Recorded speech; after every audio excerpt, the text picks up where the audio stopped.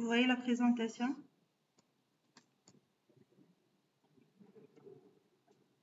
Oui, madame. D'accord.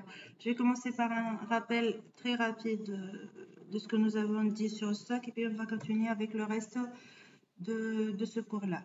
Alors, normalement, nous avons discuté de quoi, déjà pourquoi est-ce qu'on peut avoir besoin du stock, de quoi est-ce qu'il peut être composé, comment on peut segmenter ce stock-là, et nous avons discuté la différence, voilà, le processus d'approvisionnement et défini deux indicateurs clés. Nous avons dit qu'il y en a d'autres et on va en discuter ou bien pour cette séance, voilà, pour la séance de vendredi, de mardi prochain.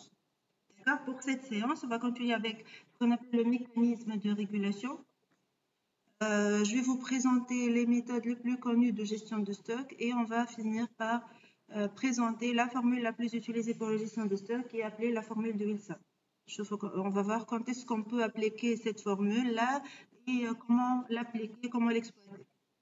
Ce que nous avons dit sur le processus d'approvisionnement, c'est que ça commence avec une reconnaissance ou une définition de besoin, ça passe par un calcul de quantité, une identification et une qualification des fournisseurs avec les critères principalement coût et délai, et puis une évaluation analyse, éventuellement une évaluation de la qualité de fournisseur jusqu'à arriver à l'étape de négociation du prix, voilà,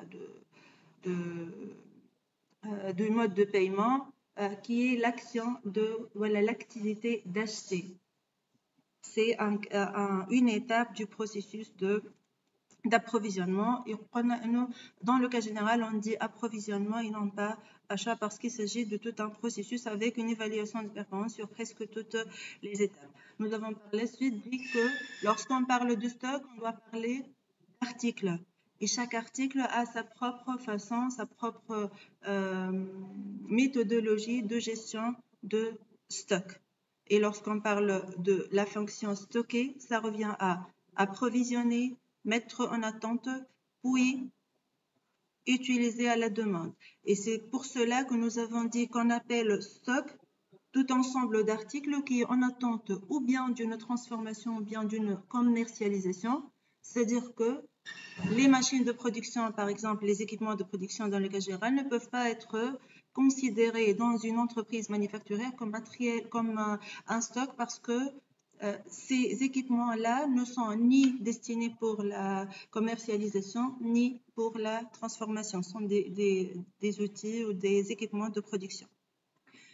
De quoi est-ce que je peux constituer mon stock par de la matière première prédéfinie ou des produits semi-finis, work in process, des petites techniques, voilà, ce qu'on appelle aussi des consommables tels que les résistances, les roulements, etc., les produits de nettoyage, des baguettes de soudure, des utilités, l'eau, l'air comprimé, l'électricité, des huiles de lubrification, des modules et des pièces de rechange.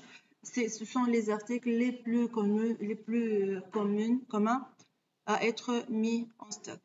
Puis, nous avons parlé de ce que nous avons appelé segmentation du stock. C'est parce que nous avons des produits hétérogènes de point de vue conditionnement de stockage, de point de vue quantité d'approvisionnement, loi de consommation, client. Donc, il faut segmenter ou catégoriser ou séparer entre, par exemple, les produits frais et les produits secs, entre les produits qui nécessitent une climatisation et les produits qui n'ont pas besoin de climatisation. Je peux segmenter selon la clientèle, selon le mode de transport. Donc, il faut organiser et classer les articles selon une logique, selon une méthode d'organisation bien déterminée et qui dépend d'une entreprise à une autre. Cette segmentation se fait en une seule fois. Il suffit que j'ai défini ce que j'appelle pour mon entreprise une segmentation. La gestion de stock revient à une gestion de flux, entrée-sortie. C'est une régularisation entre une loi d'approvisionnement et une loi de consommation. Je ne vais plus parler d'une segmentation de la qualification et de la qualité du prix, du stock, pardon. C'est-à-dire, je ne vais pas discuter qu'est-ce que je vais stocker une fois le stock est défini et les conditions sont bien là. et je transforme la gestion de stock en une gestion de flux de stockage, c'est-à-dire trouver l'équilibre régulé entre un flux entrant, c'est une loi d'approvisionnement, et un flux sortant qu'on appelle une loi de consommation. Pourquoi en stock? Ça peut être pour des raisons de coût, anticipation de prix, voilà. Il y a une information qu'il y aura une rupture, voilà, une hausse de prix, une incertitude par rapport à la demande du client, ou bien par rapport au délai. Et là, on parle de délai entre la fabrication et la livraison, c'est-à-dire des délais par rapport aux dates fixées par les clients, ou bien entre l'approvisionnement des fournisseurs et la production. L'année, nous avons discuté du temps de cycle, des délais, la comparaison entre la période que le client nous accorde pour lui produire sa commande et le nombre de jours restants pour cette date-là, etc. Donc, on peut avoir recours au stock pour rapprocher, voilà, pour éviter les écarts entre dans ces deux situations, entre fabrication et livraison pour la logistique aval, et entre approvisionnement et fabrication pour la logistique amont. Nous avons aussi dit qu'il y a différents types de stocks dépendamment de ce que je cherche de ce stock-là. Les plus connus, le stock de sécurité. C'est une quantité qui doit être, c'est comme si j'ai une quantité fixe qui doit toujours être présente en stock, qui doit être remplacée une fois consommée. Et le stock de nivellement de la production s'appelle dans le cas général stock saisonnier ou par saisonnalité, des stocks d'anticipation, des stocks tampons, des stocks transit, dépendamment de ce qu'on cherche, pourquoi nous avons eu recours à ce stock-là, je peux définir le type de stock que j'ai dans mon entreprise. Dans le cas général, on dit qu'on utilise les stocks pour absorber les aléas. Les aléas sont les différences, les incertitudes entre les délais et pour réguler la production. La catégorisation de stock peut être aussi en stock subi et stock voulu. C'est quoi la différence? Un petit rappel. C'est quoi la différence entre un stock voulu et un stock subi? Subi, c'est obligé, c'est obligatoire à stocker. Donc, un stock voulu, c'est un stock que j'ai cherché d'avoir. Et j'ai cherché d'avoir ce stock-là. Un stock subi, c'est des circonstances qui ont mené à ce que j'ai un stock. D'accord? Alors, exemple de stock voulu.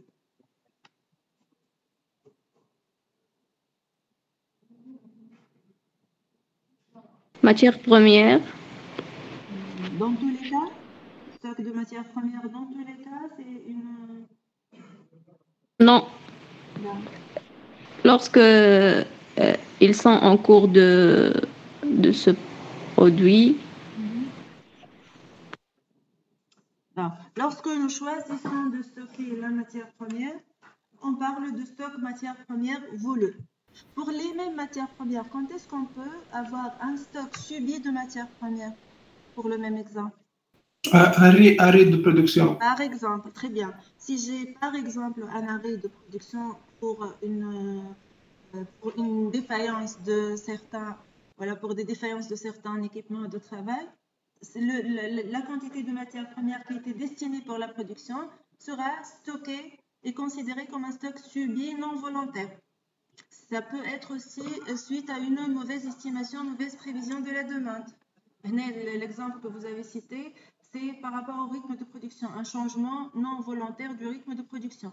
Pour les stocks voulus, ça peut être pour production anticipée, pour faire face à l'augmentation des prix, pour se préparer à un arrêt pour réparation que j'ai déjà planifié, etc. Donc, l'essentiel, c'est que lorsque je choisis d'avoir ces stocks-là, j'appelle stock voulu. Lorsque c'est suite à une, entre guillemets, mauvaise gestion de la chaîne logistique, une mauvaise information, un mauvais entretien, etc., c'est un stock subi non voulu. Et nous avons dit qu'idéalement, nous avons une chaîne de production qui a la même cadence quel que soit le poste, ce qui n'est pas le cas. Et donc, nous aurons certainement, pas partout sur la chaîne logistique, mais sur des points bien particuliers de la chaîne logistique, sur tous les points, on peut avoir des stocks, dépendamment de la cadence des postes de travail, dépendamment de la loi de consommation, la loi de livraison au client et la loi d'approvisionnement de la matière première dans cet exemple-là. Ici, nous avons dit que le stock est toujours représenté par un triangle. Lorsque vous trouvez un triangle dans une modélisation, voilà, dans un schéma, il s'agit de stock. Et là, on peut trouver le stock partout sur une chaîne logistique, que ce soit le risque d'avoir un stock et pour la gestion en flux poussé ou la tirée. D'accord? Fakrouni, c'est quoi un flux poussé ou un flux tiré? C'est quoi la différence entre flux poussé et flux tiré?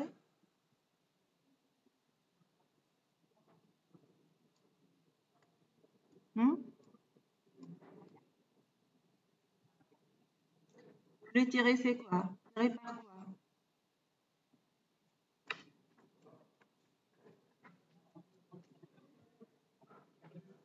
Le flux tiré est tiré par quoi?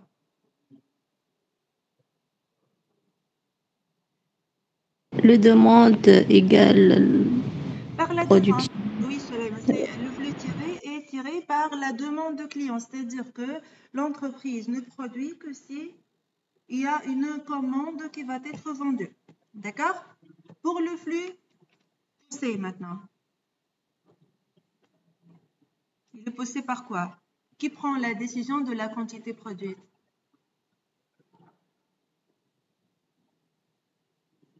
C'est la production. Ou bien vous répondez à mes questions, ou bien je suppose, à part Soleil, bien sûr, et je pense, Damien, tout à l'heure, la Skander qui a répondu. Sinon, je vais supposer que c'est une capsule ou ce qui n'est pas intéressant. Donc, essayez de répondre. Je sais que vous avez la réponse. Ce n'est pas le 9h du matin, c'est à donc normalement vous êtes bien réveillé. Donc, essayez d'être interactif, s'il vous plaît. Sinon, la séance ne sera pas réussie. Alors, un flux tiré, c'est le fait que la demande client confirmée, c'est elle qui donne l'ordre de production. Donc, le point de départ de la production, c'est à partir de la demande de client à la fin de la chaîne de production. Si on prend cet exemple-là à droite, un flux tiré par rapport à deux machines. La deuxième machine a un besoin, elle va lancer un ordre de fabrication pour la première machine pour lancer la production. Donc ça commence à la fin de la production. Des exemples de flux tirés,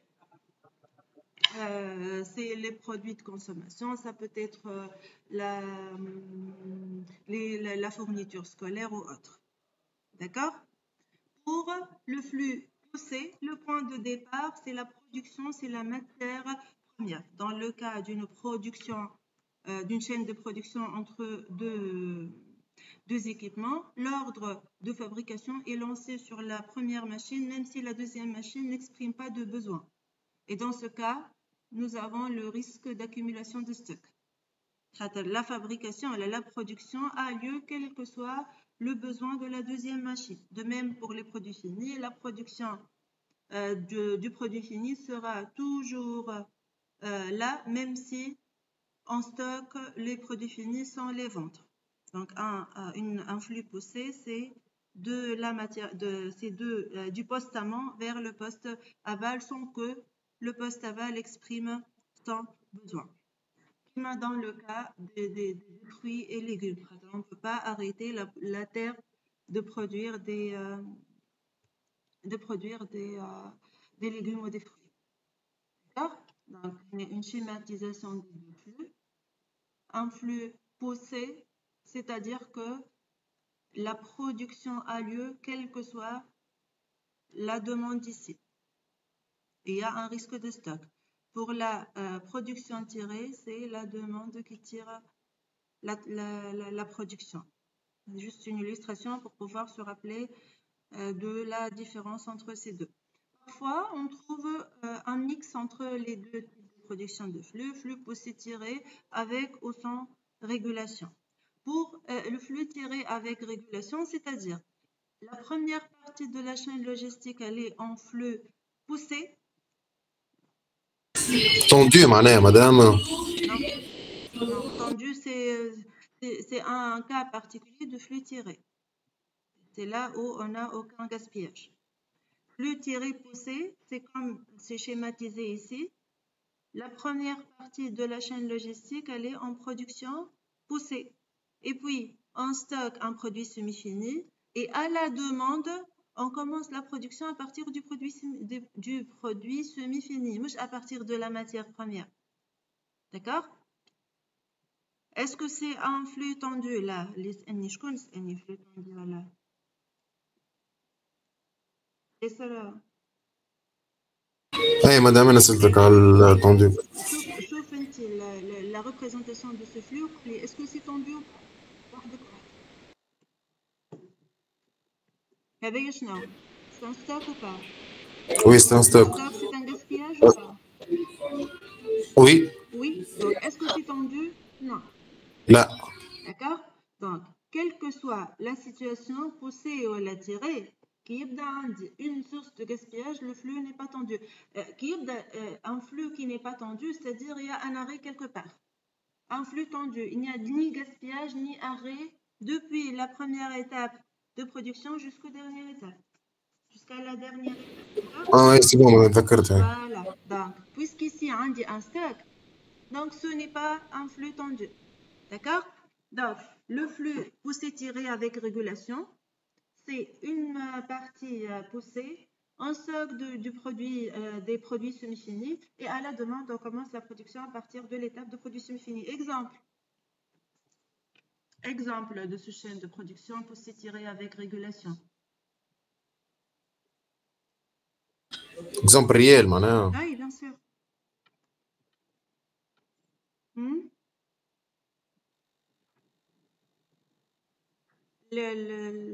Les variantes, les légumes sont poussés.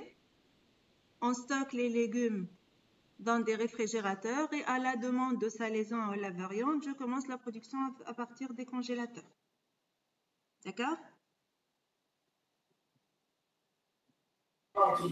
C'est clair?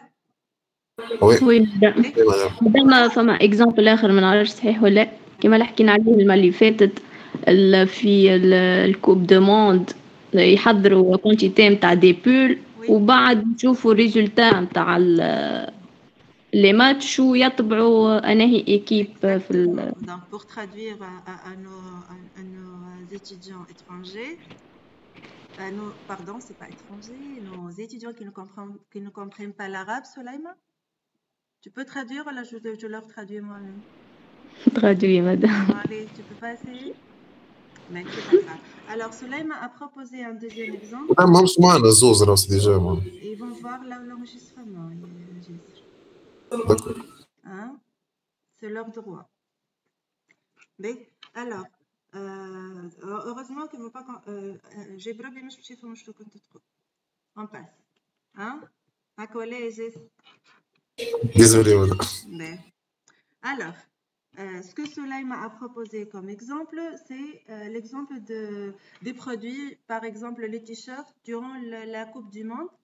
Donc, les ateliers vont attendre les résultats des matchs pour pouvoir imprimer les logos, les drapeaux des équipes gagnantes. C'est une production poussée, tirée avec régulation. Déjà, on est presque certain qu'il y a une très grande quantité de produits qui est déjà stocké en attente d'impression. C'est un très bon exemple, cela est d'actualité. Alors, pour le quatrième type de flux, c'est le flux poussé, tiré, sans régulation. À votre avis, ça sera quoi la différence là? Né avec régulation et le flux né sans régulation. À la place du stockage, il y aura un ordonnancement. La fonction ordonnancement, vous allez la voir dans le P4, dans la période 4 de cette année-là, en détail. Mais la fonction ordonnancement, si on veut simplifier la définition de cette fonction-là, c'est le qui fait quoi. C'est, par exemple, 5 postes de travail et 8 produits à fabriquer. D'accord? Et 8 commandes, c'est plus facile. Donc, on dit 5 postes de travail et 8, j'ai essayé de lister ça rapidement. 5 postes de travail.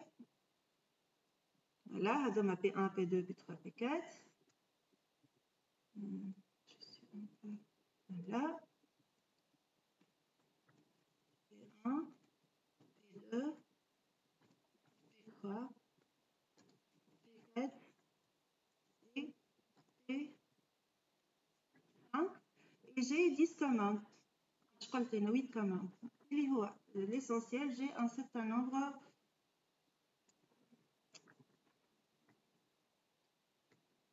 de commandes. Oui, non, je ne pas.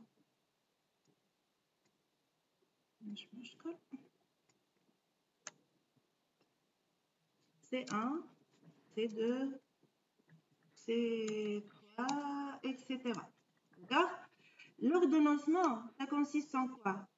Décider, pour des gammes de fabrication déjà définies, décider quelle commande va passer la première et si les 5 postes sont capables d'effectuer le même travail, je vais décider le qui fait quoi. D'accord? Donc, supposons que chaque commande peut passer sur sur deux postes. La commande 1 va passer sur le P1 et P2. La commande 2 va passer sur P2, P5. Ou la commande 3 va passer sur P1 jusqu'à P5. D'accord? Et nous avons un délai à ne pas dépasser. Nous avons un objectif. La fonction ordonnancement va décider qui va passer le premier et dans quel ordre on va ordonner le reste des commandes. D'accord? Donc, je dois avoir des informations sur ces postes-là. Je nomme les informations sur les postes de travail. C'est le temps de cycle. Qu'est-ce que je peux avoir d'autre sur un poste de travail? Le temps de cycle, il y a la durée.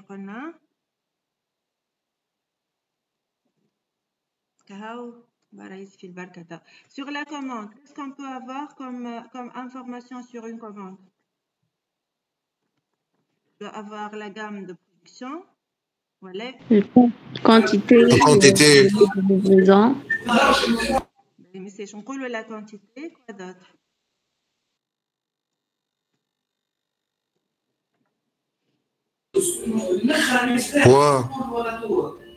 Est-ce que nous avons besoin du délai? Oui, il y a le domaine agricole, l'agriculture. Tous les domaines, une commande, c'est qu'un client a passé une commande. Donc, il a certainement fixé une date. Donc, je dois avoir des données sur la date de fin demandée par le client. D'accord? Etc. Et nous devons avoir aussi un objectif. Le problème d'ordonnancement, il doit avoir un objectif. Ça peut être quoi cet objectif-là? Ça peut être une date de fin, ou plutôt, je vais chercher à un ou plusieurs objectifs. Donc, je vais définir un ordonnancement pour terminer au plus tôt. Je vais définir un ordonnancement pour avoir un minimum de commandes en retard. Je vais définir un ordonnancement pour avoir une moyenne de retard minimale. D'accord? Vous savez ce que veut dire un problème d'ordonnancement. On dit des postes de travail, ça peut être manuel ou des machines. Une file d'attente de commandes, voilà, de produits en attente et un objectif. Et on va définir un ordre de passage en connaissant bien sûr des informations sur certaines informations qui dépendent de l'objectif ou autres sur chaque commande. je dois savoir l'objectif ou les objectifs, je dois avoir des données aussi sur les postes de travail et le résultat de l'ordonnancement, c'est définir un ordre de passage de façon à optimiser un objectif bien déterminé. D'accord?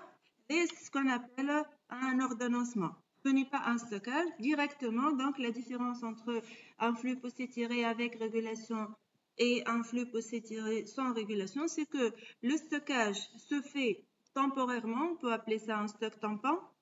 Vous vous rappelez du stock tampon, c'est pour une période réduite.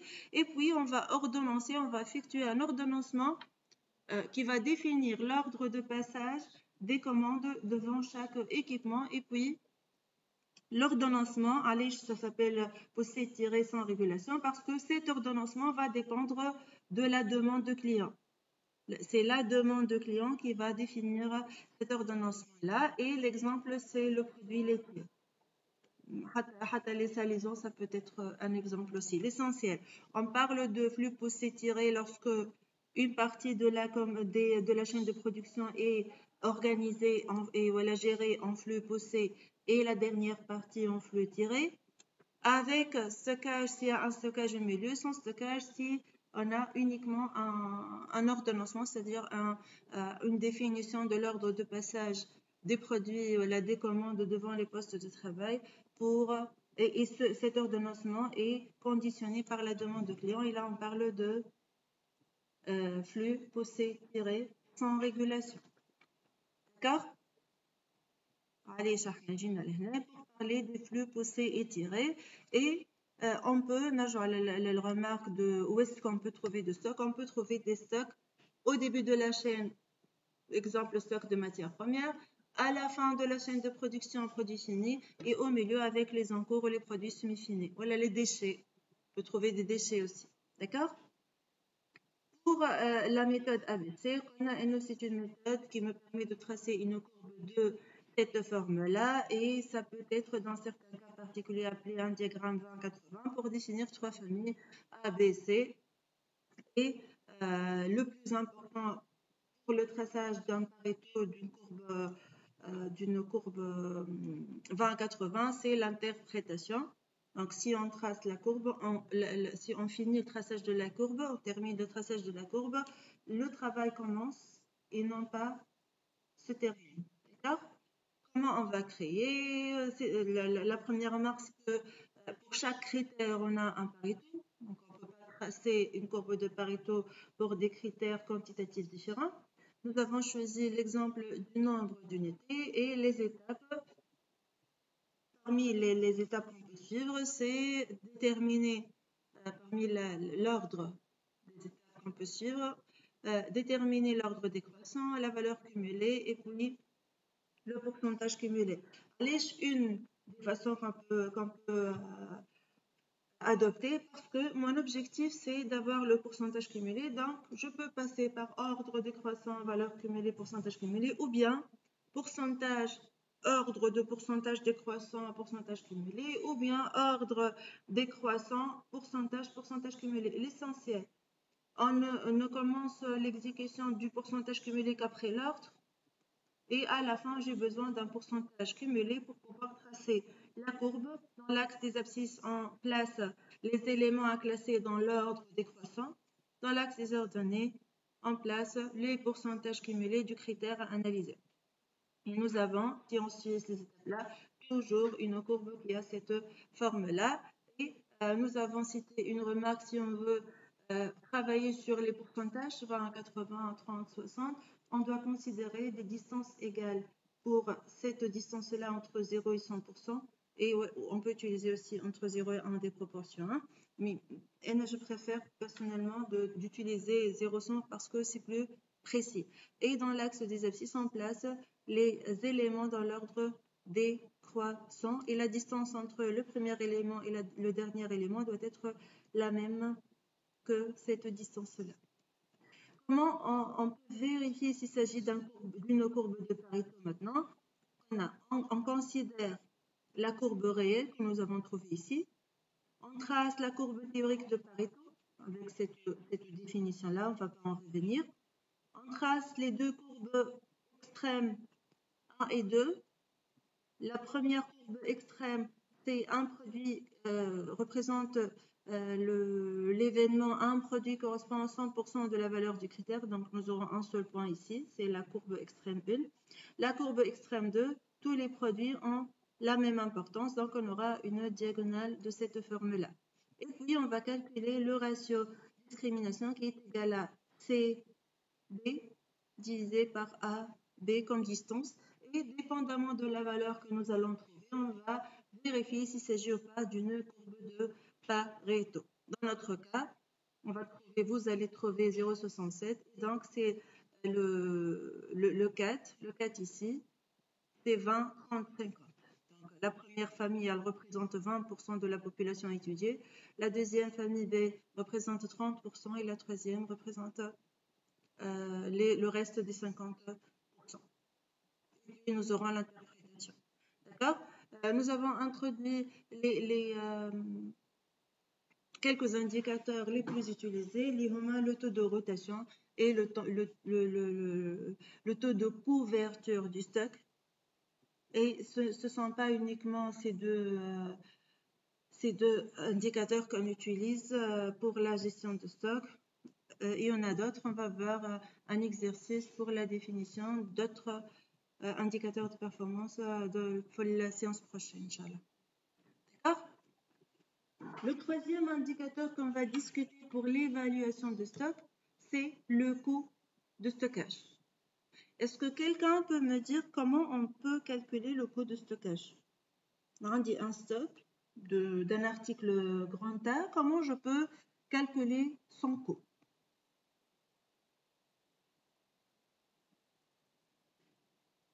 Alors, coût de stockage, comment je vais le calculer?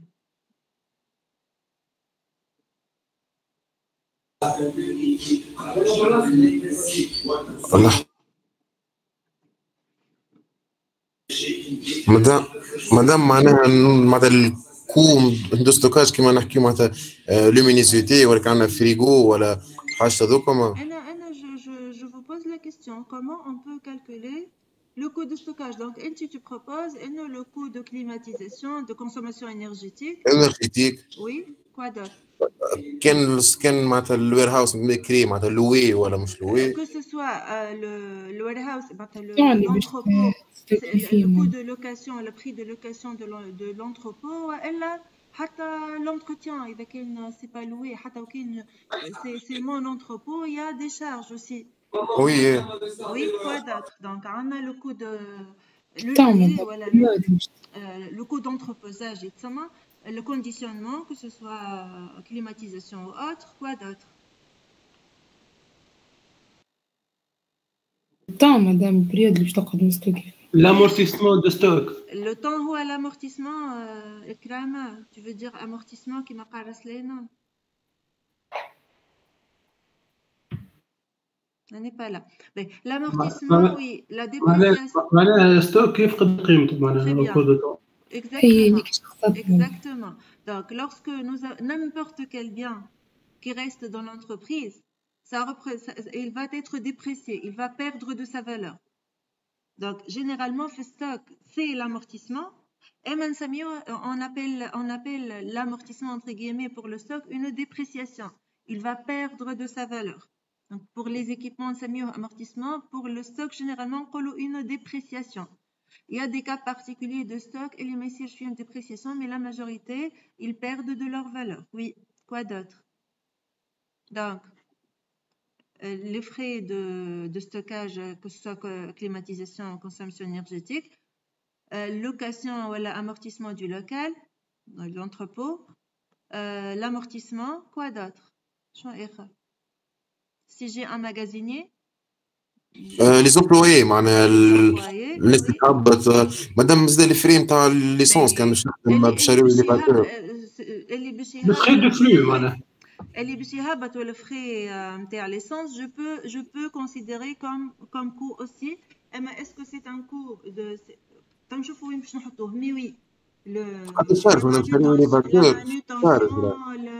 carburant, si je vais effectuer le transfert, oui, c'est un coût aussi de stockage. charge avec madame يولي على l'entreprise. اي خاطر كان عندك شريو ولا اثنين ولا ثلاثه Mais si je vais calculer un coût total de stockage, je dois considérer le coût de transport aussi, ou pas?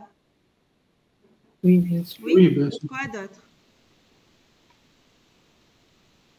Nirdo, par exemple, le coût de climatisation, la consommation énergétique et le transport. On a mis au transport, le carburant ou l'agent qui va guider les chariots et les vapeurs. un coût de transport. Est-ce que le coût, je crois le consommation énergétique et transport sont de même nature? La consommation énergétique et le transport. De quel côté, même nature? Je paye la consommation énergétique. Quand est-ce que je paye la consommation énergétique? Tant que le stock est à ma possession, tant que le stock m'appartient, je vais payer la climatisation. Oui ou non? Donc, oui. À mois, je vais payer un mois. Une année, je vais payer une année. Alors que le coût de transport, combien de fois je vais payer ce coût de transport? Une seule fois. Une seule fois. Donc, ce sont deux types différents de coûts. S'il n'y a pas de retour, madame. Quel m'a fait un retour avec? Quand fait un retour, ce sera autre chose. Mais quand il y a un retour, ce ne sera pas un coût de transport, ce sera autre chose. Ce sera les produits périssables, par exemple, donc la dépréciation. Je vais appeler ça la dépréciation ou les pertes. D'accord? Donc, pour ne pas, mais d'autres coûts, vous allez les voir. Par exemple, si je vous dis, c'est une chose très très importante. Le coût d'acquisition de ce stock-là. هو قديش كلف لي ساعة حكيتوا على كل شيء كان عليه هو قديش كلف لي. Lorsque je vais calculer le coût de stockage, il faut commencer par le prix d'achat. Voilà, le prix d'achat نتاعو. لا مش الفالور نتاعو، فما فرق بين الفالور والبري داشا. لازم يكون عنده فالور أكبر ولا أصغر. قديش أنا شريته؟ قديش la somme d'argent que j'ai payé pour acquérir ce stock-là. D'accord? عندنا par exemple, on doit payer l'assurance. قلتوش على l'assurance. فما حاجة très importante. Donc هذوما الكل تابعين الستوك. فما quelque chose qui est très important اللي هو le coût de rupture de stock. Lorsqu'on parle de coûts de stockage, il y a deux grandes familles de coûts. Réfléchissez par cette logique-là. Deux grandes familles de coûts. Des coûts de rupture de stock, il est en rouge ici, pénurie ou rupture de stock, et des coûts relatifs au stockage, au stock en lui-même. D'accord? Donc, si vous arrivez à... Je vous les détails de chacune de ces familles. Alors, le coût de stockage, il est divisé en deux grandes familles. Des coûts de stockage et des coûts de rupture de stock, appelés aussi des coûts de pénurie. D'accord?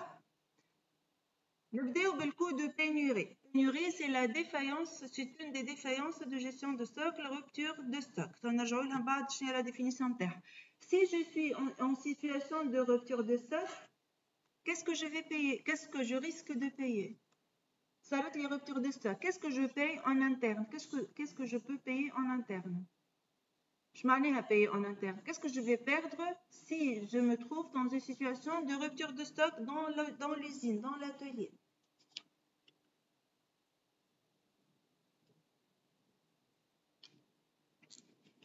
Est-ce que je vais payer les employés de production? Madame, l'arrêt de stock ou de production. Le coût d'arrêt de production. Très bien. C'est tous les coûts liés à l'arrêt de production. Les salaires des agents de production. L'amortissement des équipements de production. Quoi d'autre? L'énergie consommée lors de la production. Si les équipements restent en fonctionnement, oui. L'éclairage des ateliers aussi. Finalement, l'administration va fonctionner, l'atelier, il va avoir des employés dans l'atelier, les charges fixes, disons. Quoi d'autre? En interne, hein? Assurance, madame. Comment? L'assurance. L'assurance. Allez, non, l'assurance. Les employés, madame. Tous les charges des employés, oui, les charges les employés, que ce soit leur salaire, le versement de CNSS, le doit être Comptabilisé. comptabilisé. Je vais les payer dans toutes les façons parce que c'est pas de leur faute que j'ai eu la rupture de stock.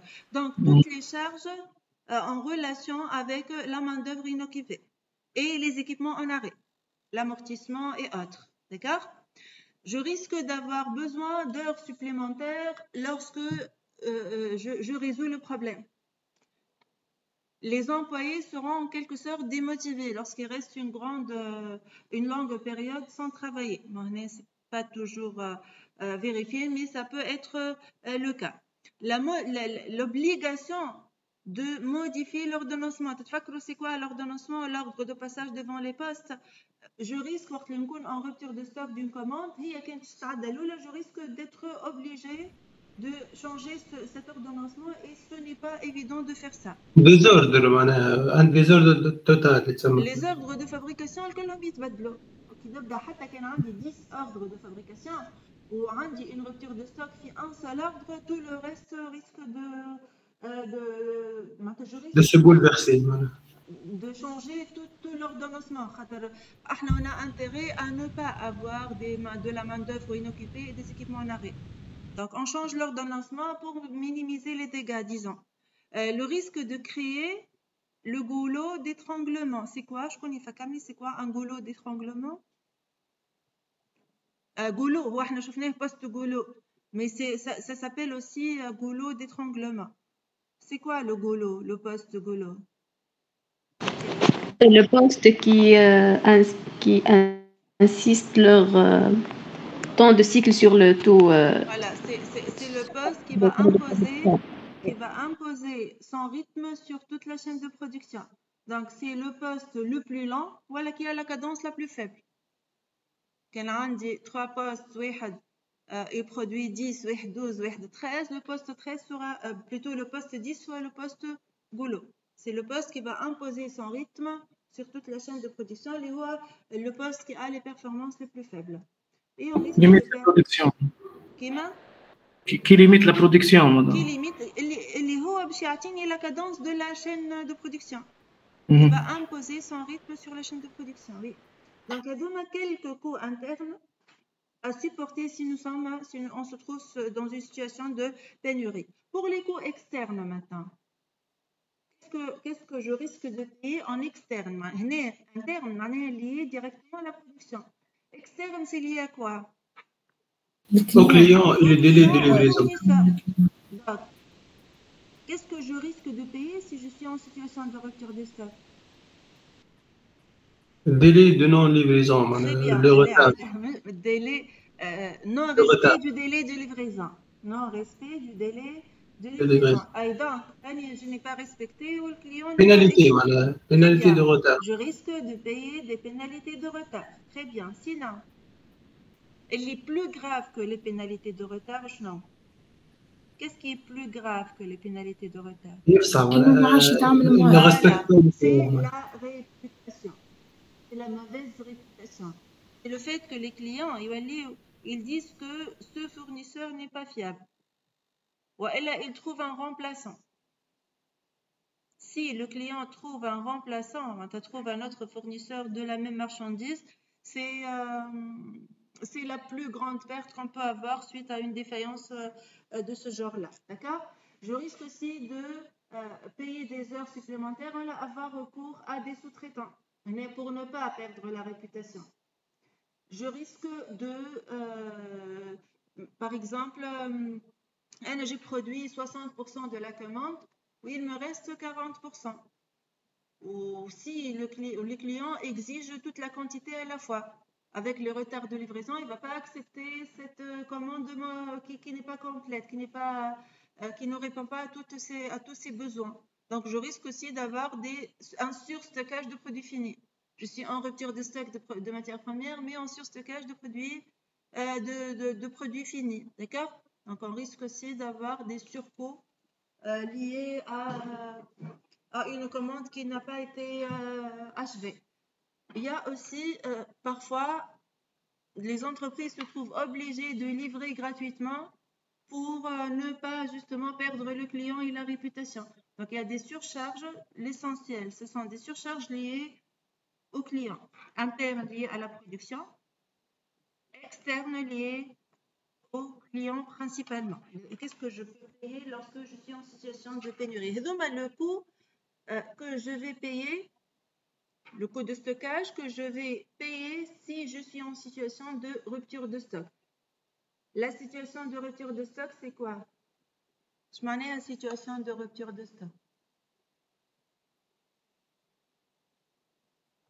On va revenir à ça, Michel. La demande dépasse la production. Donc, ce n'est pas le zéro stock, ce n'est pas un niveau inférieur, c'est le fait d'avoir un nombre demandé. La commande est supérieure à ce que je peux offrir au client. La charge, c'est une comparaison entre la capacité et la charge. J'ai une charge qui dépasse ma capacité de production, plutôt rupture de stock. Ma demande, je suis en rupture de stock, c'est-à-dire la demande dépasse l'offre. La demande dépasse l'offre. Donc, la quantité dont j'ai besoin de matières premières dépasse ce qui existe dans le stock. Oui, d'accord? Deuxième partie du coût de stockage, c'est le coût relatif au stock. Et là, on va parler de l'assurance, on va parler, ce sont les coûts directs liés au stockage. Je peux les diviser en trois sous-familles, si vous voulez. Le coût d'acquisition. Je m'en ai un coût d'acquisition tout simplement. Qu'est-ce que ça m'a coûté pour acheter ce stock? C'est la quantité multipliée par le coût unitaire, tout simplement. D'accord? Le coût de passation et le coût de possession. Je connais pas a priori, c'est quoi la différence entre coût de passation et coût de possession? Est-ce que vous voyez la différence déjà? Réfléchissez un peu, Si le stock livré ou si le stock reste dans les biens. Pas vraiment, pas vraiment. Déjà. Coût d'exploitation pendant la période. Année, coût de quoi? Coût d'exploitation, année. L'exploitation, tu veux dire c'est ça? Oui, de possession. Le coût de possession. Donc, le coût de possession, le coût d'achat. Comment? Le coût d'achat, madame. Le coût d'achat est le coût d'acquisition. شتكلف معناه. لا هذاك قداش شريته c'est le coût d'acquisition. Combien j'ai payé pour acquérir ce stock. Après l'acquisition, qu'est-ce que je vais faire avec ce stock? Je vais le placer dans l'entrepôt, par exemple. Le coût de possession, qu'est-ce que ça va me coûter? Combien ça va me coûter de garder ce stock dans mon entrepôt sur une période donnée? Ce que vous avez appelé la dépréciation, l'amortissement, la climatisation, le magasinier, le loyer de l'entrepôt si c'est loué, etc. D'accord? Est-ce que c'est clair pour le coût de possession? Oui. Les exemples, ça peut être le coût d'entreposage, les séminaires loyers dans notre cas, l'assurance, la dépréciation, les قلت إذا كان عندي retour, donc إذا كان عندي une partie périmée du stock, قداش خسرت في الpartie du stock, ça fait partie du coût de possession. Là, il y a un premier coût qui s'appelle le coût d'immobilisation de stock, c'est-à-dire qu'est-ce que je pouvais gagner si cet argent mort que j'ai mis en stock a été utilisé autrement pour gagner un bénéfice. C'est un coût estimé, c'est pas calculé. Donc, si j'ai placé cet argent mort autrement, combien je pouvais gagner? D'accord? Dans le cas général, on peut calculer le coût de possession de deux manières. Ou bien, il y a les différentes parties du coût. Ça coûte la dépréciation, la quantité ou le coût de dépréciation de l'unité. Je vais payer de coût d'assurance, d'entreposage, loyer par exemple, etc. Ou bien, dans le cas général, ça ne se passe pas comme ça. Dans le cas général, chaque entreprise va définir ce qu'on appelle un taux de possession. Généralement, en Tunisie, entre 15 et 25% de la valeur moyenne du stock. Donc, on dit en moyenne 100 pièces par jour. Donc, je vais payer 100 fois 0,15 fois la valeur unitaire stockée de l'article. Donc, dans le cas général, on peut calculer les coûts différés, et dans le cas général, le coût de possession se calcule en considérant un taux de possession généralement entre 15 et 25% de la valeur moyenne du stock. Voilà la valeur du stock moyen. D'accord? Est-ce que c'est clair cette remarque? On va l'utiliser là. On a un stock de 5 valeur نتاعو 5000 dinars.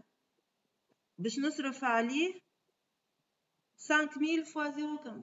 Valeur stock moyen de 5000 dinars. باش نصرف عليه en plus de sa valeur d'acquisition de 5000 dinars, une somme égale à 5000 dinars fois 0,15.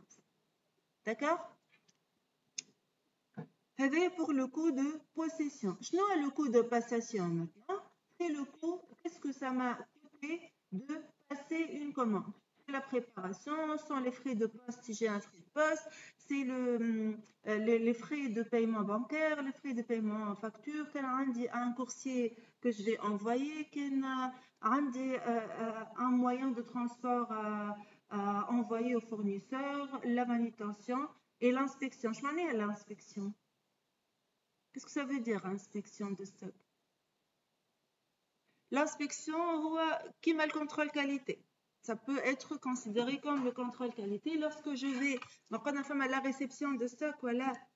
Lorsque je vais réceptionner ce stock-là, je vais vérifier est-ce que c'est ce que j'ai demandé au fournisseur ou pas. D'accord? C'est l'inspection. Les 3 derniers points à la réception. معناتها كانوا كنترول. كيما الكنترول oui. نجم يصير pièce par pièce ou bien نجم يصير بالايشانتيوناج. ناخذ un échantillon et je vérifie que c'est conforme à ce que j'ai demandé au fournisseur. Les 3 derniers points à la réception, la manutention et l'inspection, allez, à votre avis, je les colorie en rouge. Ils font partie du coût de passation. Est-ce que je peux les intégrer dans un autre type de coût? Possession. Ça peut être, là, moi je le possession, mais plutôt le coût d'acquisition. Le coût d'acquisition, peut-être, je peux le considérer comme prix d'achat uniquement, ou là, prix d'achat plus réception, plus manutention, plus inspection. Emma, il faut faire attention, on ne peut considérer ces 3 coûts qu'une seule fois. Une fois dans l'acquisition et l'autre fois dans le coût de passation. En résumé, lorsqu'on veut calculer un coût total de stockage, il faut considérer le coût relatif au stock, les coûts relatifs au stock, les acquisition, passation et possession, et les coûts de rupture de stock interne et externe. C'est le coût total de stock, comment je vais le calculer. Donc, le coût à payer en cas de pénurie, les heures supplémentaires, les sous-traitances, les indemnités, les coûts d'arrêt de production, la main-d'œuvre immobilisée, etc. Plus le coût direct de stock et les se divisant d'acquisition, prix d'achat, de transport, de manutention, d'inspection, le coût de passation d'une commande, multiplié par le nombre de commandes certainement, et le coût de possession, qui est généralement calculé à partir d'un pourcentage de la valeur moyenne de stock. Vous avez des questions sur le coût de stockage? D'accord? On va passer maintenant à ce qu'on appelle le mécanisme de régulation. Allez, on parle de mécanisme de régulation. Tout simplement, nous avons un flux de stock. En polo, on a un flux de stockage. Puisque nous avons un flux de stockage, donc on peut schématiser ce flux-là par un flux entrant et un flux sortant. Le flux entrant sera la loi d'approvisionnement. Le flux sortant sera la loi de consommation. D'accord? Alors, la première remarque, c'est que pour chaque article, on doit avoir, voilà, pour chaque article, voilà, pour une famille d'articles homogènes, on doit avoir un mécanisme de régulation. Je m'en ai un mécanisme de régulation. On a un flux entrant d'approvisionnement et un flux sortant de consommation. Je dois aussi définir les documents nécessaires pour la gestion de flux. Par exemple, un bon de sortie magasin pour la consommation, un bon de livraison et une demande d'achat pour le flux entrant. Et puis, on va définir les différents niveaux de stock. Si je n'ai pas de stock, ce sera quoi tout simplement? Si je n'ai pas de stock, ce sera quoi? Comment je vais appeler le niveau où il n'y a aucune pièce en stock? Tout simplement. Un stock nul. Réfléchissez simple, s'il vous plaît. Réfléchissez de façon très simple. D'accord? Alors, le zéro stock,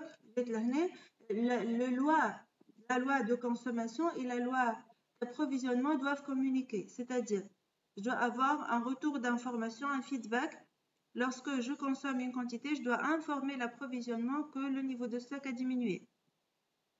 D'accord? Et ce que nous avons discuté dans le système d'information, dans la partie de système d'information automatisé. D'accord? Et lorsque nous avons un niveau de stock à l'instant T, c'est clair. Lorsque nous n'avons pas de stock, on parle de stock nul. À chaque instant, nous avons un niveau de stock donné. Donc, je vois comment on peut le calculer. Si la capacité maximale de stockage, c'est la quantité maximale que je peux stocker dans un entrepôt donné. On appelle ça la capacité de stockage. D'accord? Je peux avoir ou pas un stock de sécurité qui est un niveau minimal à mettre en stock même si nous n'avons aucune commande. Je vais appeler ce niveau un niveau de recomplètement, c'est-à-dire le niveau LE.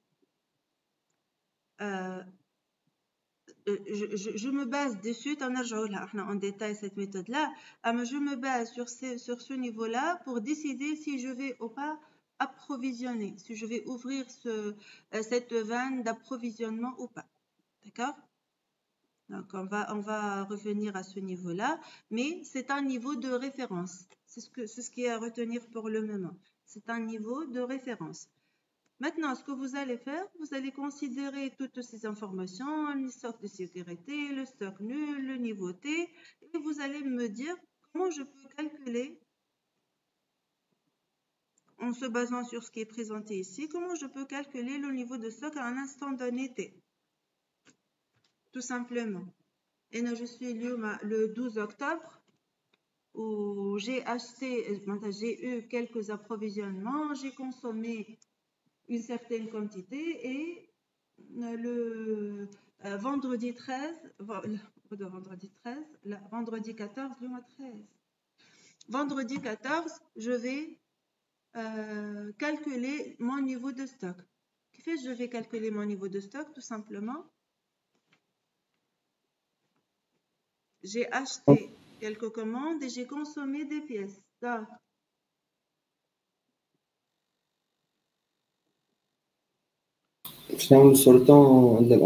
voilà, la somme مش égale عاد je vais calculer la somme des approvisionnements et soustraire la somme des sorties. Ce sera le niveau de mon stock à l'instant T. Qu'est-ce que je dois ajouter? Pensez, oui. Madame, stock de sécurité. Le stock de sécurité. شوف نقولوا احنا باش نقول معكم انتم تسميو لي ناقص. شنو هما les différentes possibilités pour le stock de sécurité? Ou bien il a été consommé et remplacé, ou bien il n'a pas été consommé. Donc dans les deux cas, il va être présent ici. Le stock de sécurité n'est pas une quantité particulière. Maintenant, ça fait partie de l'entrée, il y a de sortie, il est là ou il reste là. D'accord? Donc on va pas l'ajouter ici. Mais نرجعوا l'inventaire annuel وقتاش يصير normalement ou bien deux ou bien une seule fois à la fin du mois de décembre. J'ai calculé la somme des entrées, la somme des sorties, لقيت عندي 300 pièces en stock. Ok, on est revenu en 2023 et à la fin du mois de janvier, je vais calculer le niveau de stock à la fin du mois de janvier, à l'instant T 31 janvier. Qui fait que je vais calculer?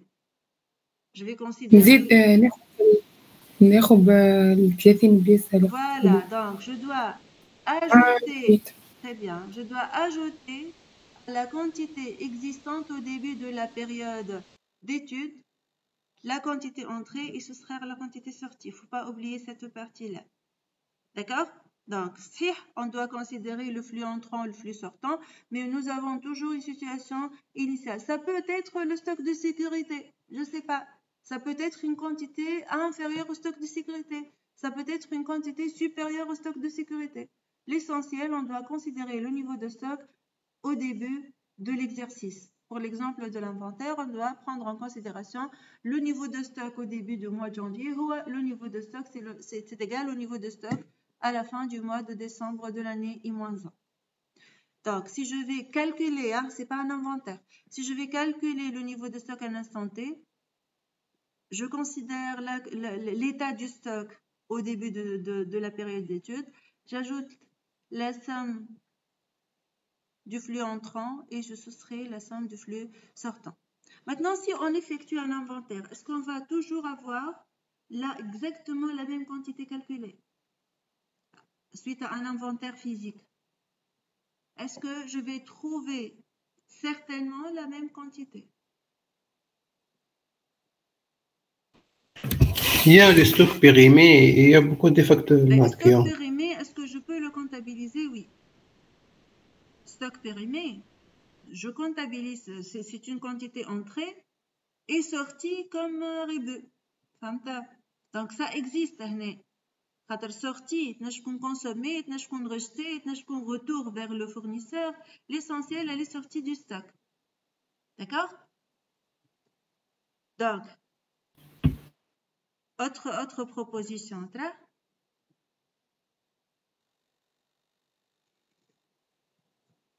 On va trouver certainement, dans la majorité des cas, on va trouver des écarts entre l'inventaire physique et le calcul théorique. Ces écarts peuvent être dus à quoi? Voilà. Dans le cas général, on trouve des écarts entre ce qui est calculé et ce qui est déterminé physiquement, l'état réel. Ça peut être dû à quoi cet écart? علاش اللي نحسبه physiquement نجم نلقاه أكبر ولا أصغر من اللي نحسبه بالإكواسيون؟ علاش؟ exemple. Erreur معناها فما erreur. Ça peut être tout simplement une erreur de saisie. أنا عندي un Excel ولا un ERP ولا نعمل في enregistrement manuel et je me suis trompée باش نكتب 13000 كتبت 1300 وإلا يا إما erreur de saisie وإلا une manque de précision. Par exemple, هو قال لي جبت 1623 أنا نكتب 1620 كل مرة. وأنا j'ai eu 50 commandes, donc je vais trouver un écart de 3 fois 50. Je vois comme magasinier, je considère que les 3 pièces ne sont pas importantes, alors que 3 pièces cumulées sur 50, ça va être une quantité importante. D'accord? Donc, des erreurs de saisie, ça peut être un manque de précision, ou bien ça peut être des vols et des pirates ou pas? Oui. Les vols, c'est par la comparaison, entre autres, c'est par la comparaison entre l'équation calculée théoriquement. Madame, les vols, ما تقصد السرقة في الستوك؟ Oui. ما مانيش قاعدين نحكيو في كا بارفيت احنا تو هنا. Les vols et les pirates, ça fait partie de l'exercice de l'industrie. Il n'y a pas de cas parfait. Il y a toujours des écarts. Ils peuvent être dus à deux choses. On a l'inventaire par rapport à ce qui est calculé théoriquement. Si je ne trouve pas d'écart, c'est tant mieux. Si je trouve un écart, c'est, si j'utilise un système d'information, bien sûr, c'est qu'il y a des erreurs de saisie. Il y a des erreurs de saisie, un manque de précision, des erreurs un site 1 ou un site 0, là j'ai pas bien saisi le chiffre, Ouais, et là, il y a les pirates et les vols, tout simplement. Des lacunes dues à des mauvaises pratiques. D'accord? L'inventaire, il est utilisé généralement pour déterminer le niveau de départ au début de chaque référence d'exercice liée généralement à l'année. On a un inventaire annuel ou 2 fois par an pour initier le stock au début de chaque période. Généralement, les entreprises ne peuvent pas, sauf si ce sont des petites entreprises, ne peuvent pas effectuer des inventaires très fréquemment. Ça nécessite du temps, ça nécessite de la main-d'œuvre, ça nécessite des ressources immobilisées. Donc, généralement, 1 à 2 fois par année, principalement pour détecter les écarts entre ce qui est calculé et ce qui existe réellement physiquement, ce qui existe physiquement selon l'inventaire et détecter des éventuelles erreurs et des éventuels pirates ou vols. D'accord? Manque de rigueur aussi, le connaît à 2323, on a 2320. C'est un manque de rigueur là. Le piratage, le pirate et les erreurs de saisie. D'accord? Des questions sur ça? Alors, en considérant ce mécanisme de régulation, on peut détecter 2 situations défaillantes. Qu'est-ce qu'on appelle défaillance? Les 2 défaillances. Qu'est-ce qu'on appelle défaillance pour la gestion de stock? La plus connue, la défaillance la plus connue, les séminaires pénurie. C'est quoi? Rupture de stock. Très bien. Et la rupture de stock, c'est le fait d'avoir un niveau de stock qui ne peut pas, qui ne me permet pas de satisfaire la demande des clients. D'accord? On va appeler ça une situation de rupture de stock. La deuxième situation de rupture de stock, c'est lorsque j'ai par exemple, des produits finis à stocker, mais je n'ai pas d'espace. Je n'ai plus d'espace pour stocker mes produits finis. Donc, par rapport à ces niveaux, on va comparer à quel niveau? Comment on peut appeler la situation où j'ai une quantité à stocker qui dépasse ma capacité de stockage. Donc, lorsque j'ai une quantité à stocker qui dépasse ce niveau-là, la capacité de stockage, comment on peut appeler cette situation, à votre avis? Surcharge. Surstockage. Surcharge, c'est le fait d'avoir une quantité commandée qui dépasse ma capacité de production. Il y a surcharge. Et surstockage, la situation que je vous ai décrite, j'ai décidé de stocker jusqu'au niveau de recomplètement et j'ai dépassé ce niveau sans dépasser la capacité de stockage. Ça reste un surstockage aussi. Il y a des problèmes de circulation, il y a beaucoup de voitures dans la rue. La situation de quoi? Embouteillage. La situation d'embouteillage pour le stock. L'embouteillage lorsque la capacité de stockage ne me permet pas de recevoir tout le flux entrant. À titre comme l'exemple de produits finis, mais ça peut être aussi appliqué pour les matières premières. Donc les 2 défaillances les plus connues, les plus communes pour la gestion de stock, c'est la situation de rupture de stock et la situation d'embouteillage. D'accord? Maintenant, on va parler des méthodes de gestion de stock. Et là, on va répondre à 3 questions fondamentales. Est-ce que je vais approvisionner? Quand est-ce que je vais commander et avec quelle quantité? La réponse à la première question se fait une seule fois. Une fois j'ai défini le stock, on ne va plus se poser cette question-là. On va supposer que nous avons fixé la liste des articles qu'on va commander. Il nous reste quoi? Quand est-ce que je vais commander et avec quelle quantité? La réponse à ces 2 questions peut être, par exemple, je vais commander 3 pièces chaque semaine. Je vais commander 300 pièces lorsque le stock atteint le niveau 200. Je vais commander 1 pièce par jour. Donc, je nomme les possibilités. je peux fixer la date, c'est-à-dire fixer la périodicité d'approvisionnement ou la faire varier. Donc, je peux avoir un programme fixe par rapport aux dates d'approvisionnement ou la faire varier cette date-là. Je peux commander pour chaque commande la même quantité, je peux faire varier la quantité. Donc, pour répondre à ces deux questions, j'ai 4 possibilités. Je peux fixer ou faire varier la période d'approvisionnement. Je peux fixer ou faire varier la quantité commandée. Et pour chaque combinaison, j'ai une méthode d'approvisionnement bien particulière, adaptée à un type d'article bien particulier. D'accord? On commence. Elle est la plus simple. La méthode la plus simple. Quantité fixe.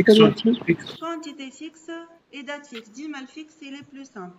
On appelle cette méthode la méthode de réapprovisionnement ou le planning de réapprovisionnement. Un exemple. Donner un exemple sur ça. Exemple, concrètement, chaque semaine, voilà, après 2 jours, voilà, c'est par des données chiffrées. Lorsque je fixe la commande, la quantité commandée et la date de commande. Par exemple, comment je peux procéder?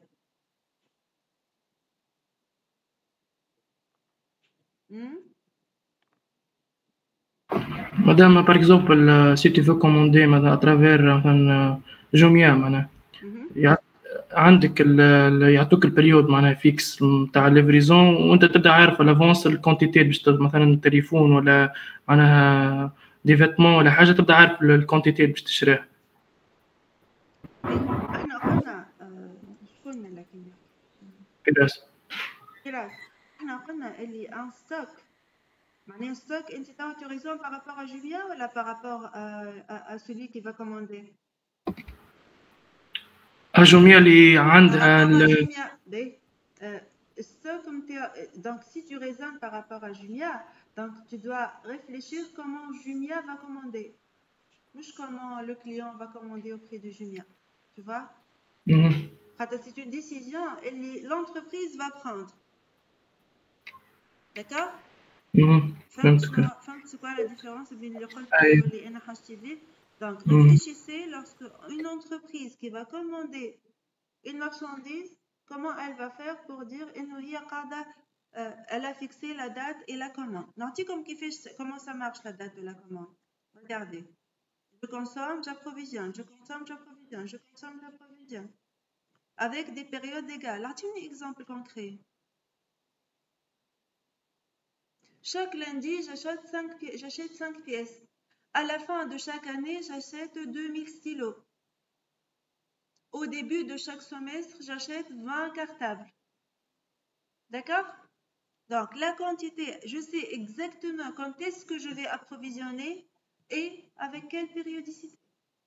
D'accord? C'est clair pour la première méthode? Oui, madame. Pour la deuxième méthode, on va fixer la quantité et faire varier la date. On appelle ça la méthode de point de commande, la A point de commande. Alors, exemple, là, la quantité, elle est fixe, mais la période, elle est variable. Je vais commander à chaque fois la même quantité, mais je ne sais pas quand est-ce que je vais la commander. Si je vais représenter ça, ça va être comme ça. Je vais commander toujours la même quantité, mais la loi de consommation n'est pas régulière. Donc, je ne sais pas quand est-ce que je vais commander cette quantité. Un exemple, qui m'a l'exemple de chaque lundi 30 pièces. On prend comme exemple une quantité de lubrifiant. Voilà. Oui. Lorsqu'on finit cette quantité, on recommande la même quantité, mais... Par exemple, donc ça peut être chaque semaine, ça peut être une fois par mois, ça peut être 3 fois par jour. Ça peut être lorsque j'atteins un niveau minimal, ou votre camarade Soleima, lorsque le stock est vide, lorsque le niveau de stock est nul, je vais commander la même quantité liée à la quantité économique que eux. c'est la méthode par point de commande. On fixe la quantité et on fait varier la date. Troisième méthode, on va fixer la date maintenant. On va faire varier la quantité. Ça s'appelle la méthode par recomplètement, un niveau de recomplètement. Exemple,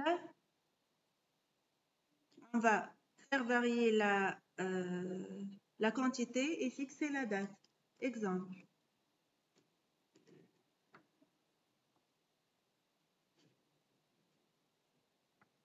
Au début de chaque mois, j'effectue un petit inventaire et je vais compléter la quantité que je trouve dans le stock à 100. Dima, j'ai besoin de 100 unités au début du mois. D'accord? C'est la méthode par recomplètement. Est-ce que vous avez compris l'exemple? Non, madame.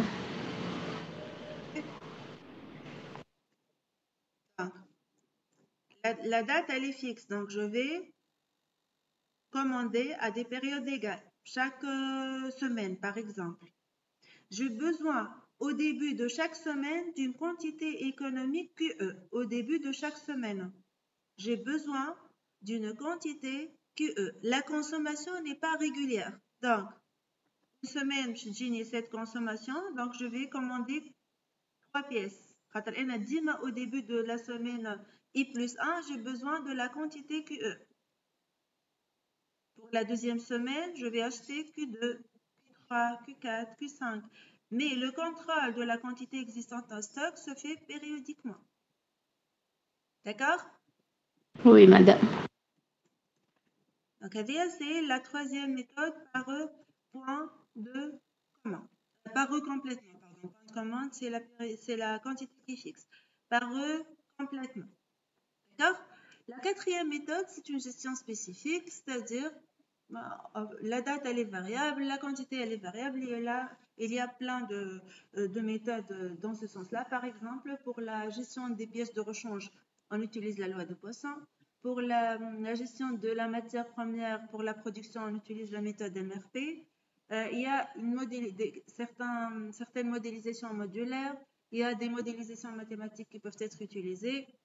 Il y a des logiciels de calcul d'optimisation de la quantité. Il n'y a pas de représentation bien particulière là, mais c'est la gestion la plus difficile, la plus spécifique, utilisée généralement pour des articles qui sont chers et qui ont un coût de rupture de stock cher. Donc, la décision de stocker, ne pas stocker, stocker une grande quantité ou une petite quantité, dépend du coût de stockage et du coût de rupture de stock. Pour la gestion spécifique ou la modélisation ici avec une période variable et une quantité variable, le coût de stockage est cher, est élevé, et le coût de rupture de stock est élevé. Donc la décision, est-ce qu'il vaut mieux stocker ou être en situation de rupture de stock, elle est difficile parce que dans les deux cas, je vais payer, je vais beaucoup payer pour gérer ce stock-là. D'accord? Voilà, donc ce que j'ai à dire pour les méthodes. Normalement, on a les 4 méthodes et puis je vous représente. Vous n'avez pas donné d'exemple pour toutes les méthodes. J'ai zappé un peu cette étape. Donc, si on veut représenter le niveau de stock en fonction du temps pour chaque méthode. Pour la méthode de réapprovisionnement, la quantité commandée elle est toujours la même et la périodicité est la même. Pour la méthode de point de commande, T1, T2 et non pas T et 2T parce que la période peut être différente avec commande de la même quantité. Donc, lorsque je consomme une quantité bien particulière, je vais la remplacer.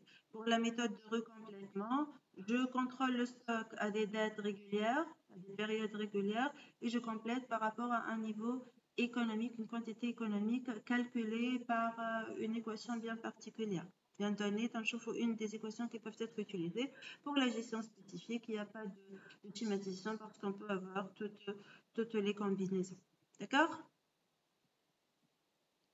Des situations particulières de gestion de stock, c'est cette situation-là. Qu'est-ce qu'il y a de particulier là? Qu'est-ce qu'il y a de particulier?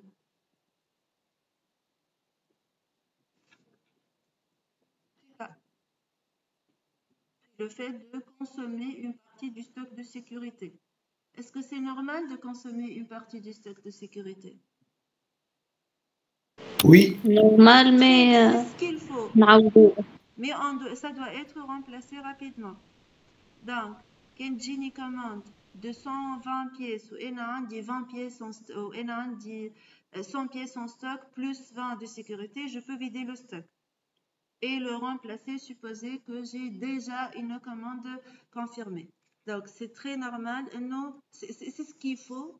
On doit consommer, si nous avons besoin de ça, ce qui se trouve dans le stock de sécurité, ça doit être remplacé rapidement, au plus tôt possible. Dépannage. Dépannage, oui. Le stock de sécurité, il est fait pour ça, en fait. Il est fait pour que lorsque j'ai une situation particulière, une commande qui n'est pas prévue, je peux satisfaire cette commande-là. Voilà, lorsqu'un fournisseur ne peut pas répondre à tous mes besoins, je peux utiliser ce stock de sécurité. C'est juste, il faut rapidement, il faut au plus tôt remplacer ce stock consommé. D'accord? Cette situation-là, est-ce que je peux déjà être dans cette situation? Non, il n'y a pas de stock. Il n'y a pas de stock négatif, c'est physique. Donc, c'est quoi cette situation? Défaillance, rupture de stock. C'est une situation de rupture de stock, tout simplement. Lorsque un tableau fait un stock négatif, c'est-à-dire que pendant la période où j'ai un stock négatif, je suis en situation de rupture de stock. D'accord? Oui, madame. Maintenant, je vais vous présenter une situation et vous allez me dire, et vous poser une question, vous allez me dire qu'est-ce que je dois choisir. On suppose que nous avons besoin de 800 pièces, 800 unités d'un article bien donné, pour une période de 8 semaines. Je vais approvisionner mon stock pendant 8 semaines. Et le fournisseur me dit qu'il a 3 scénarios réalisables. Quand les 3 situations à demain, énager l'espace ou la possibilité d'accepter ou de réceptionner selon ces scénarios-là, le fournisseur peut m'approvisionner selon ces 3 scénarios. Je nomme ces 3 scénarios. Le premier scénario, c'est commander toute la quantité au début de la première semaine et consommer jusqu'à la fin de la 8e semaine. Donc, commander 800 pièces et le stock va diminuer au fur et à mesure pendant les 8 semaines suivantes. Deuxième situation, commander 400 pièces pour la première semaine et 400 pièces pour la quatrième semaine. Et nous aurons un stock maximal de 400 pièces qui va diminuer pour le premier, la quatrième semaine, pour le deuxième, pour la 8e semaine. Et le troisième scénario, la troisième possibilité, c'est de commander chaque semaine 100 pièces qui vont être consommées à la fin de la semaine. Qu'est-ce que je dois choisir à votre avis? Comment je peux choisir? Madame, selon le client, madame. Là, le client, je peux accepter ces 3 scénarios. Les 3 scénarios sont réalisables pour le client et pour le fournisseur. Comment je vais décider? Par élimination, madame. Qui fait je vais éliminer? Comment je peux on élimine le scénario numéro 1. Pourquoi? On peut tomber dans un rupture de stock pour des autres clients. On s'en fout, on est des clients. Donc, l'essentiel que j'ai, la quantité dont j'ai besoin. Les autres clients. Donc نولي باش ما نعبيش ستوك الكل نختار يا سيناريو 2 3. معليش ما عبيش ستوك الكل. قداش نجم ندفع في مثلا كان نجم ندفعهم في السنه الاولى ولا لا انا جو بو بايي دونك بدينا نقربوا للحاجه الصحيحه. انا جو بو بايي les trois possibilités. Je n'ai pas de contrainte sur le mode de paiement. Pour la gestion. من نختار ولا باش نقصوا الفري تاع الترونسبور؟ نختار الأولى نقص le frais de transport. قداش je vais payer de coût de possession. اكثر من الفري دو ترونسبور. في السيناريو الاول شنو اللي باش يصير؟ هاوش باش يصير في السيناريو الاول. Je vais commander 800 pièces. Je vais payer un seul coût de passation اللي هو سميتو انت ترانسبور هكا هو يا سليمة ما هو c'est le coût de passation.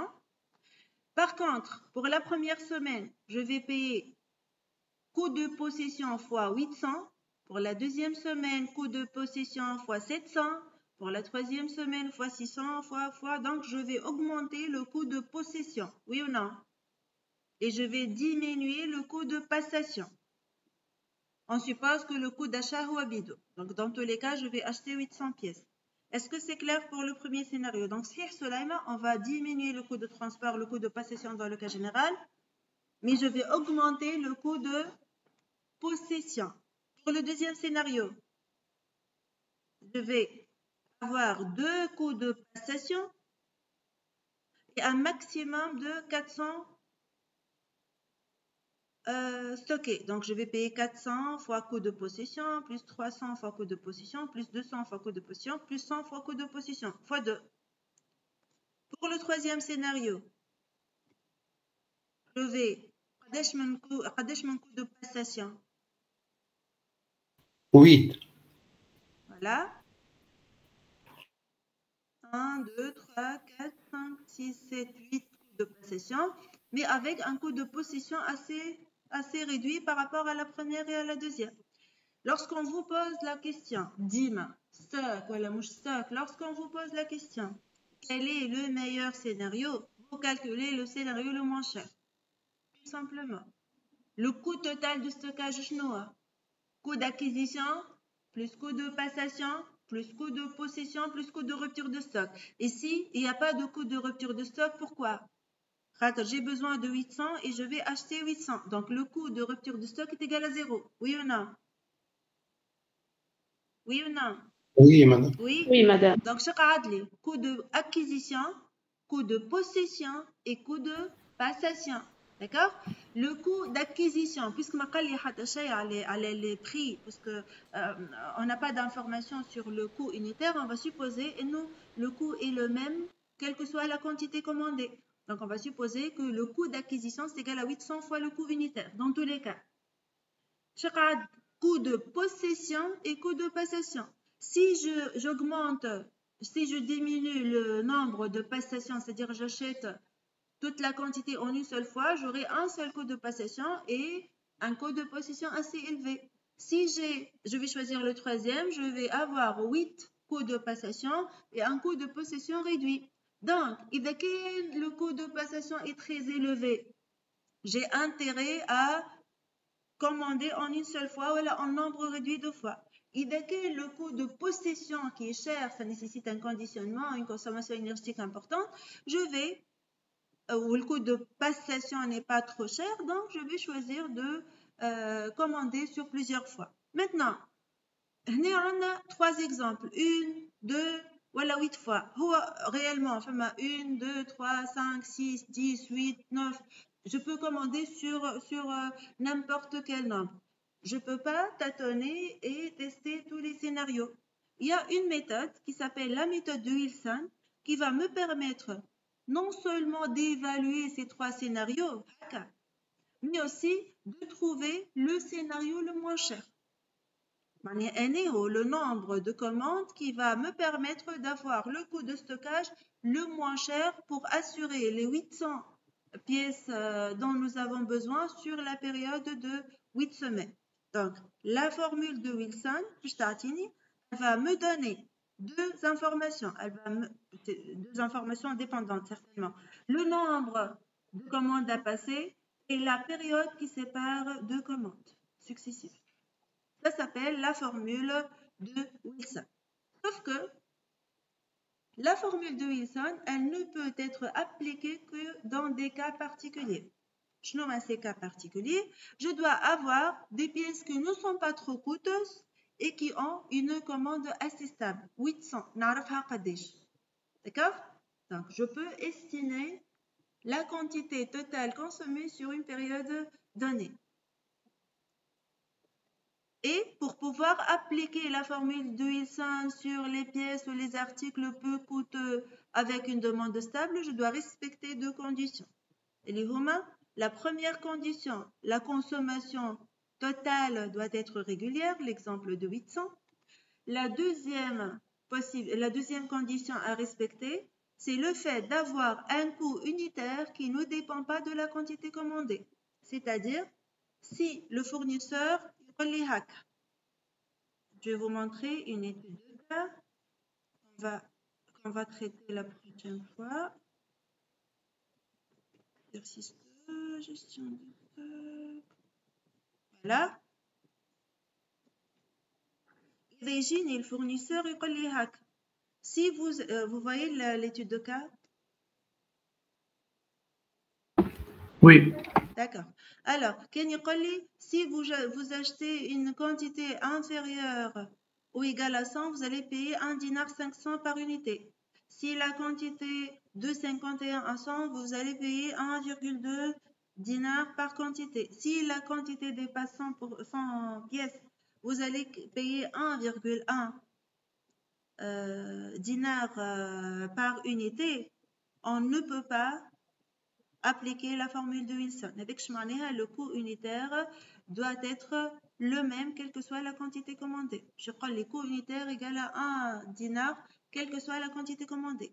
Est-ce que c'est clair pour ces deux conditions-là? Oui, c'est bien clair. Une consommation totale régulière et un coût unitaire indépendant, quelle que soit la quantité commandée. Et si nous avons ces deux conditions, on peut appliquer la formule de Wilson qui est la suivante. La quantité économique égale racine carrée de 2 fois la consommation totale prévue fois le coût de passation d'une commande divisé par le taux de passation fois le coût unitaire. D'accord? Taux de passation fois coût unitaire. Le K, c'est la consommation annuelle. Le CA, c'est le coût de passation d'une seule commande. CU, c'est le coût d'achat le coût unitaire d'un seul article. Et le taux de possession, généralement considéré entre, si vous n'avez pas de données, vous le prenez à 15%. Sinon, vous prenez ce qu'on vous propose comme coût, comme taux de passation. D'accord? Une fois nous avons trouvé la quantité économique, on peut calculer la durée qui sépare deux commandes successives. Comment on va calculer cette durée-là? On va diviser la quantité économique par la consommation totale. On va multiplier par 360 si on veut que le résultat soit en jour. Si on veut que le résultat soit en semaine, on multiplie par combien, à votre avis? قديش من semaine في العام هون؟ Combien de semaines par année عندنا؟ 36 36 non 52 52.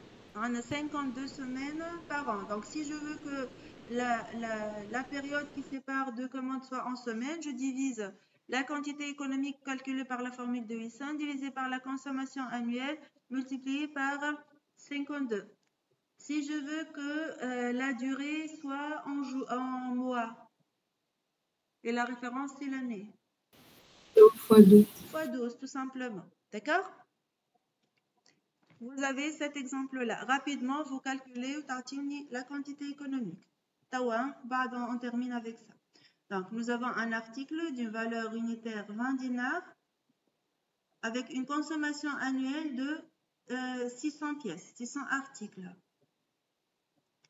Le coût de passation d'une commande est évalué à 100 dinars. Donc, le coût de possession, il est cher. Là, hein?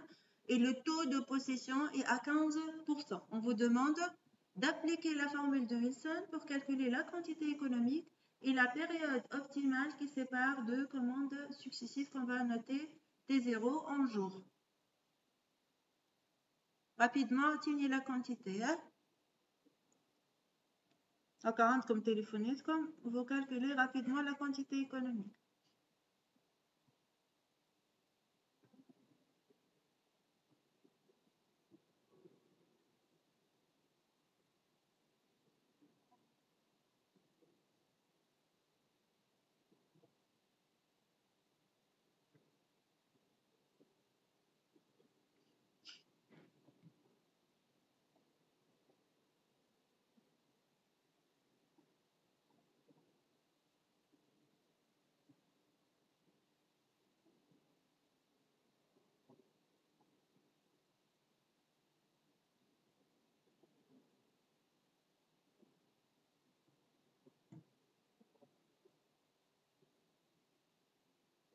Alors,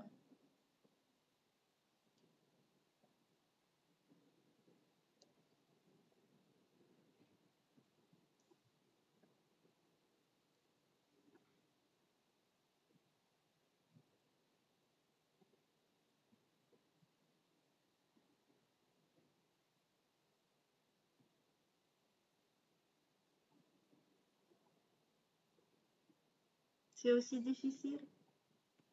Est-ce qu'il y a quelqu'un qui est en train d'essayer ça?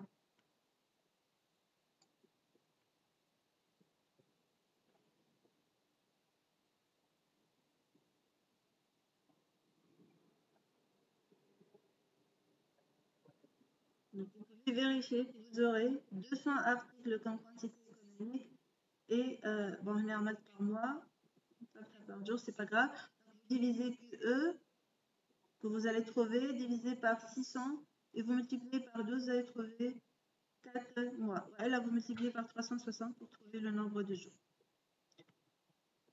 D'accord? Des questions? Ça va, madame, oui. Je vais vous partager l'exercice, cet exercice-là.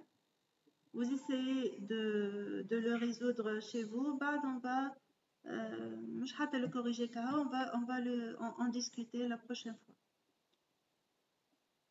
D'accord? D'accord, madame. Oui, si vous n'avez plus de questions, je vous remercie pour votre présence et on se voit la semaine prochaine. D'accord. D'accord. Ok, salam.